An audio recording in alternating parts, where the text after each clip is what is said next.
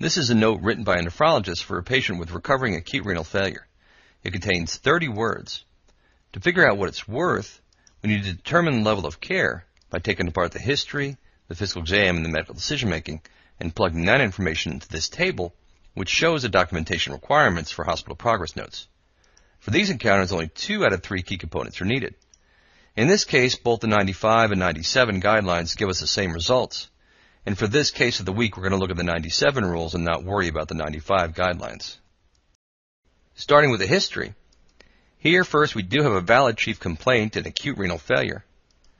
Then looking at the HPI, remember using the 97 guidelines, a brief HPI requires 1 to 3 HPI elements, while an extended HPI requires 4 or more HPI elements or the status of 3 chronic or inactive problems. Believe it or not, this one sentence does contain a lot of HPI elements. We say the patient's acute renal failure, which would be the location, which was due to mild volume depletion, which would be the context, has resolved, which would be the severity. This gives us 3 HPI elements, which means we easily qualify for a brief HPI. No elements of PFSH or ROS are recorded. Plugging this history into the history table, we have a brief HPI, no elements of PFSH, and no ROS. Since all elements are needed for any given level of history, this adds up to only a problem-focused history. So now we know the first key component of history is only problem-focused. The next step is to check the exam. Looking at the exam, at first glance you might say there's no physical exam recorded. However, the doctor did comment on the patient's general appearance by saying the patient appears euvolemic. That would give us 1 bullet in the constitutional system. Using the 97 guidelines, this adds up to only a problem-focused physical exam. So the next key component is now known. The last step is to calculate the medical decision-making.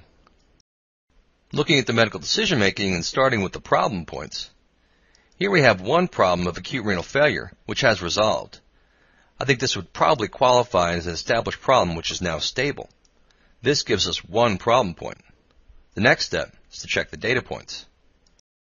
Looking at the data points, all we did here was review labs. This gives us only 1 data point. The next step is to check the risk. Looking at the risk, I think we're down to the lowest level of risk based on the therapeutic option of lab draws requiring venipuncture, which means we only have a minimal risk encounter. So now we know we have 1 problem point, 1 data point, and only minimal risk.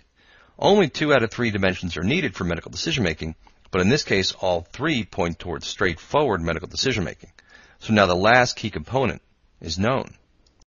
Going back to our documentation grid, we have a problem-focused history, a problem-focused physical exam, and straightforward medical decision-making. Only 2 out of 3 key components are needed for these encounters, but in this case all 3 point toward the 99231 level of care, otherwise known as a level 1 hospital progress note. Putting it all together, only 2 out of 3 key components are needed. Here we have a problem-focused history, a problem-focused physical exam, and straightforward medical decision-making.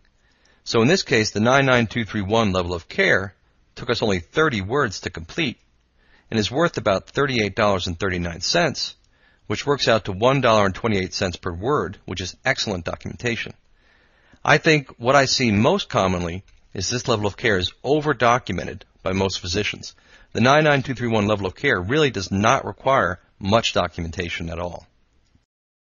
Thanks for watching Case of the Week. Please consider supporting our site by signing up for one of our web-based E&M coding curriculums. We offer several different subscription options to match any type of practice. Or for multiple providers, ask us about an E&M compliance web portal, which allows verifiable and centralized E&M coding education for multiple providers.